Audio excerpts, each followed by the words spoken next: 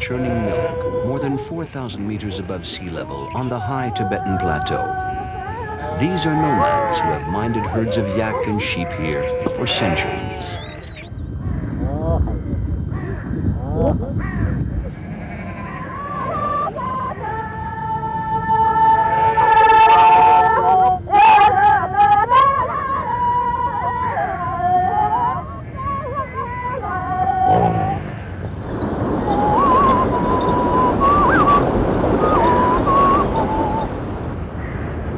Southwest of China, the immense Tibetan plateau is one of the world's great pasture lands, despite its harsh climate and its extreme altitude. In 1982, a Japanese film crew recorded the daily life of a nomad tribe in their winter camp.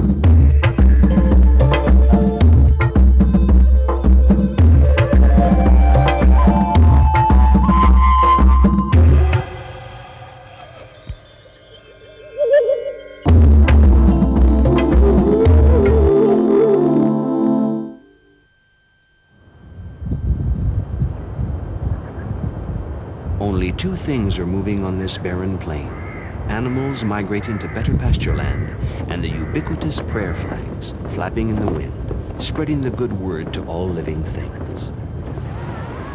During the summer months, June through September, the nomadic herdsmen have made their camp near a lake.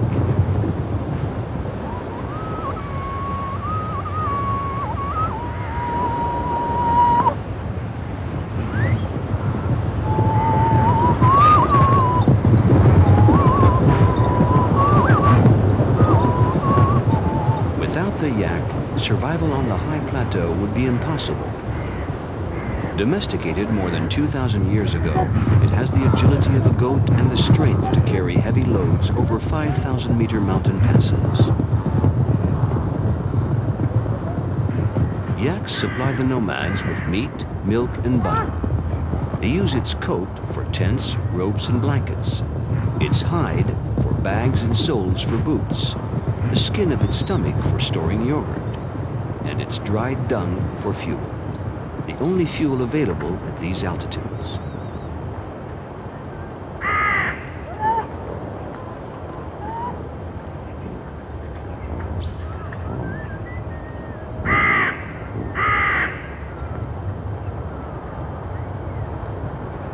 This couple and their herd have arrived at a temporary camp, where they'll remain for a while before descending to their winter camp. It's in the heart of a vast plain, about 200 kilometers from Lhasa.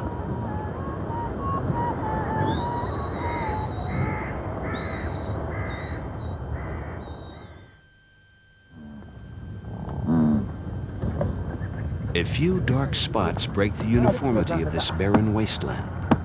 The silhouettes of animals and tents. Tents as black as the coats of the yaks they were made from. These tents can shelter 7 or 8 people and are sturdy enough to last for several generations. Lashed to the stakes with long ropes, the tents resemble gigantic spiders. Generally, a camp is limited to 4 or 5 tents and a few hundred yaks and sheep to conserve the available grazing land. This is the Tanchun camp. 5 families, a total of 54 people. Kitchen utensils, butter churns, blankets. These are the nomads' only possessions. A fire burns constantly inside the tent to provide some warmth. A long flap at the top of the tent allows the smoke to escape.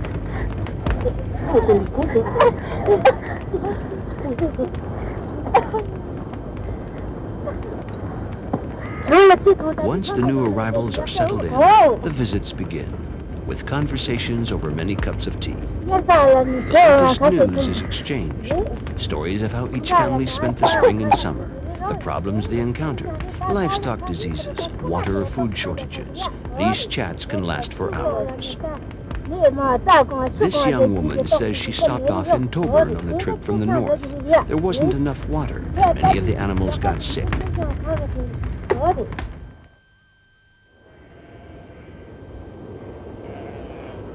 Everyone gets up with the dawn. The temperature often drops to minus 30 degrees during the night, and everything is frozen, including the animals' coats.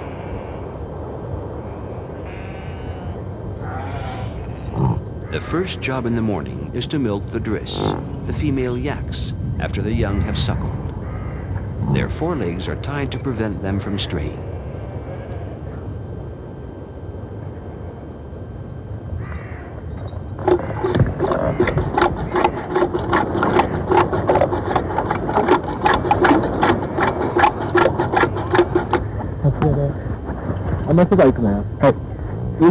How often do you milk them? Sometimes, morning, noon, and night. Do they give a lot of milk? How many animals do you milk? 50.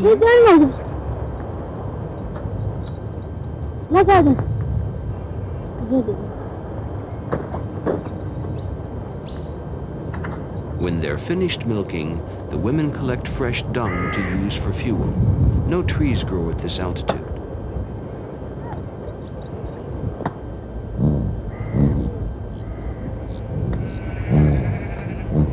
The dung is flattened into pancakes and left in the sun to dry.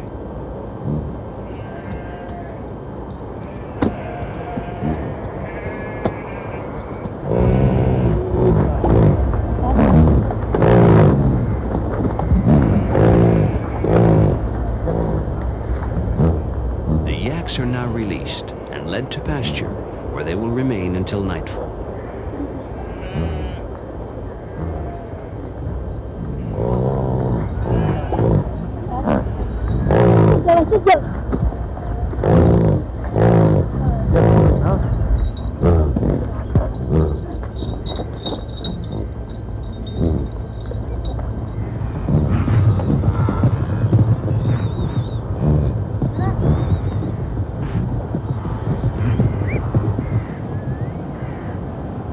This grassy steppe is a hostile environment, but one the nomads have learned to cope with and exploit.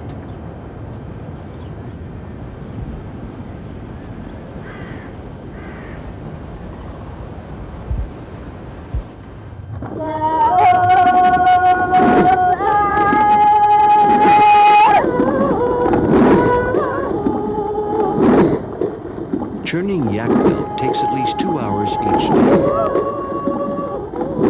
The milk itself isn't used as a beverage. It's converted into butter and added to salted tea. Besides being an essential part of the nomad's diet, butter can be used to protect the face from the cold, dry air. It softens chamois leather, lubricates and protects the animal's feet in winter, and keeps leather ropes supple. It's also used as lamp oil. The stench from its smoke permeates everywhere. That looks difficult. Not really. How long before it turns into butter? Very quickly. How many times do you have to churn it? About 500 times. The milk is churned by pumping the handle up and down like a piston, squeezing the milk between two discs. The pumping action requires a lot of energy.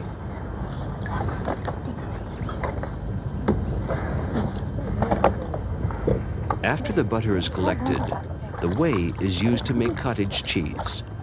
It's first brought to a boil to coagulate and then allowed to dry.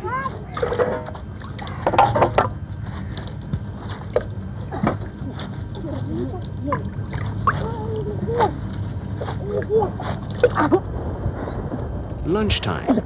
On the menu today, and every day, is the famous Tibetan dish, tea with butter and salt.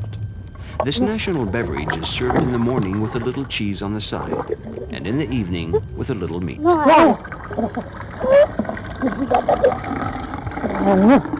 Preparing meals is women's work, but spinning is a man's job.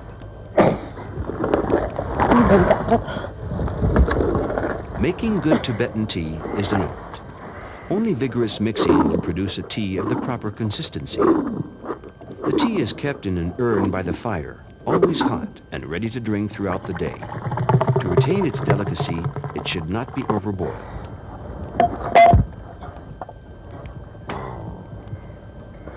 Tibetans drink between 10 and 15 cups of tea a day. It's more than a beverage, it's a food. It warms the body and provides energy. And the butter coats the lips to prevent chapping. In Tibet, being well off means being able to drink as many cups of tea as you like. In fact, a Tibetan proverb says, "The rich always have butter on their lips."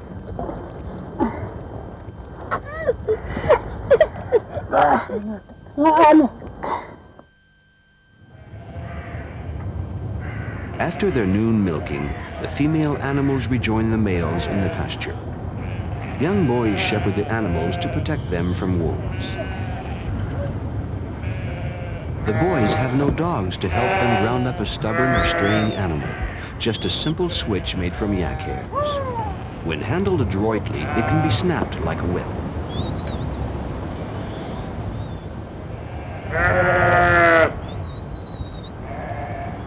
It looks like hard work. Not at all. How many animals are you tending? 500. This sheep obey you.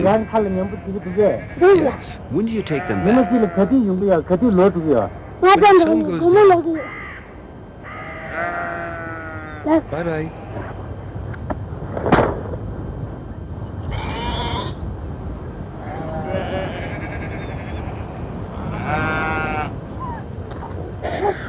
At the start of the winter season, the family sacrifice only enough animals to sustain them until spring. The carcasses, still plump from the rich summer grazing, quickly freeze and remain preserved.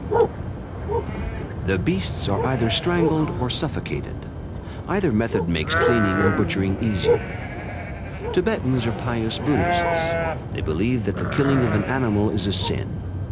It's not a sin, however, if the animal is destroyed to provide sustenance for the community. So no stain will blemish the herdsman's karma.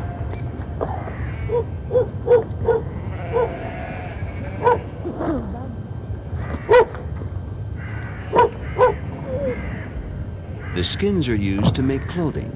About 8 hides are needed for a man's overcoat. How much meat will one sheep provide? Usually, it will feed a family for 3 or 4 days.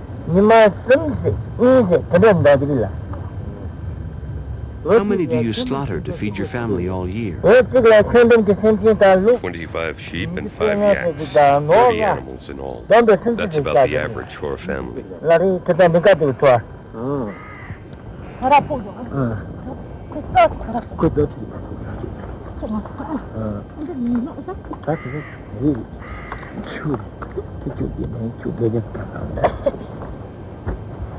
Yak wool is first woven into narrow strips that are then sewn together to make clothing, tents, and blankets.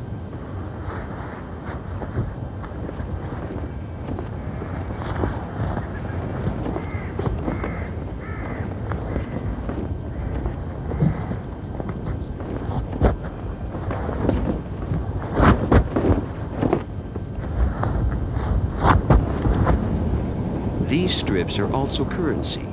Like butter and milk, they can be used to barter for tea, barley, flour, and kitchen utensils.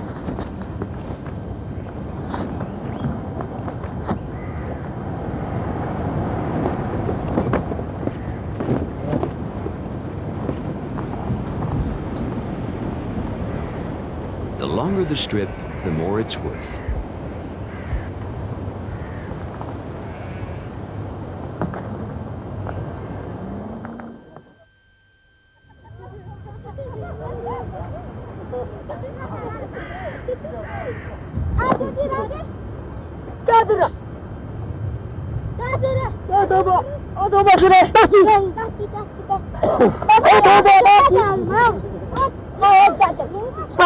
The boys play jacks. It's their favorite game.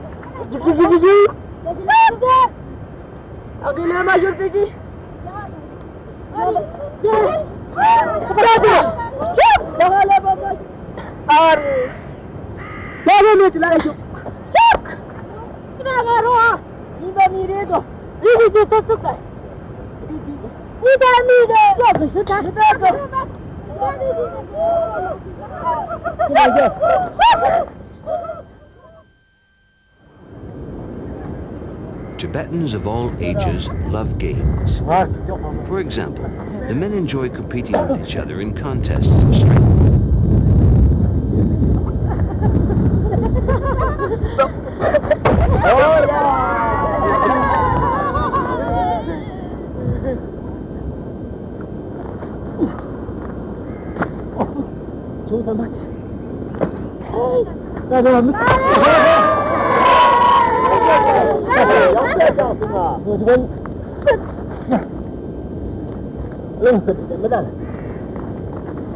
The man who can carry this boulder the greatest distance is the winner.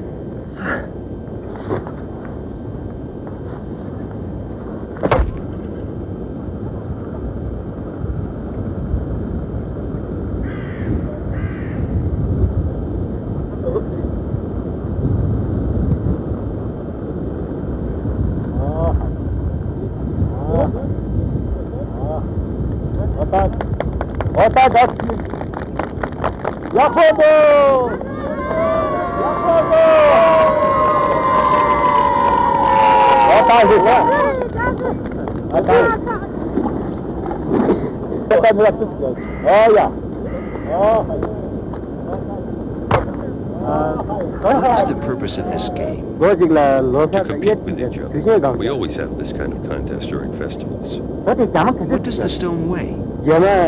Oh, about 110 kilos. You must be exhausted. Not at all.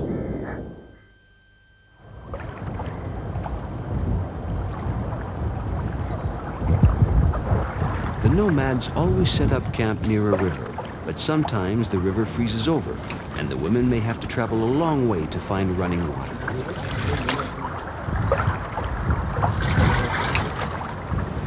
Washing is hardly necessary in this cold climate, and soap would clean away the skin's natural insulating oils.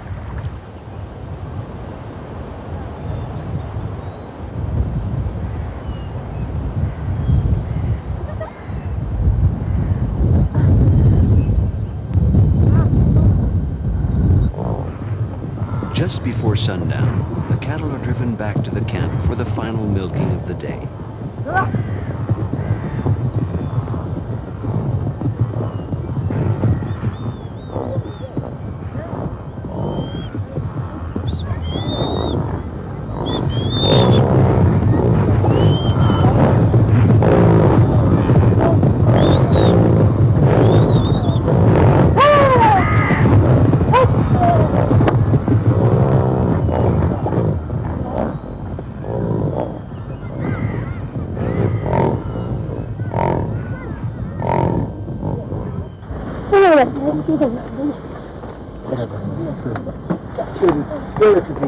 The evening meal is substantial.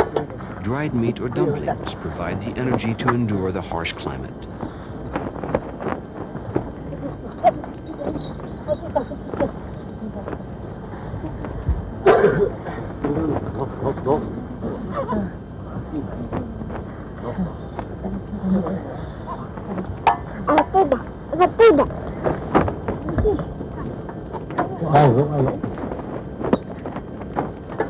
At 4,000 meters, water boils at a much lower temperature.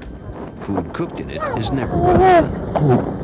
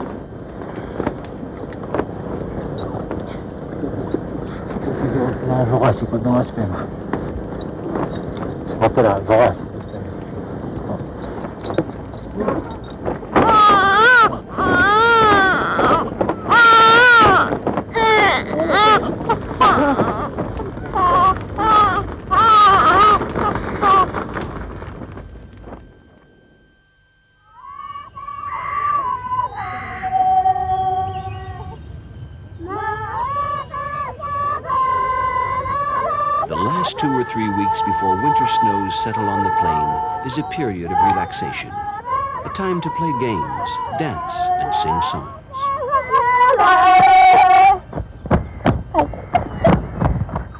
This, too, is an area of their lives that the Chinese regime haven't yet been able to repress.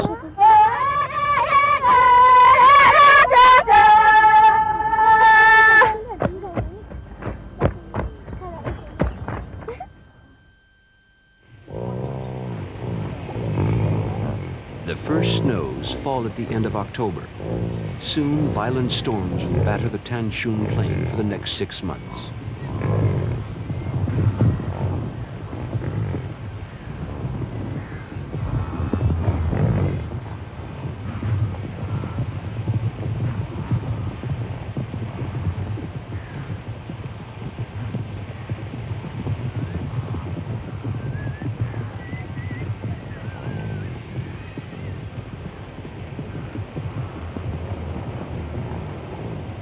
Living conditions have always been difficult on the high plateau, and since 1996, they've become even more challenging.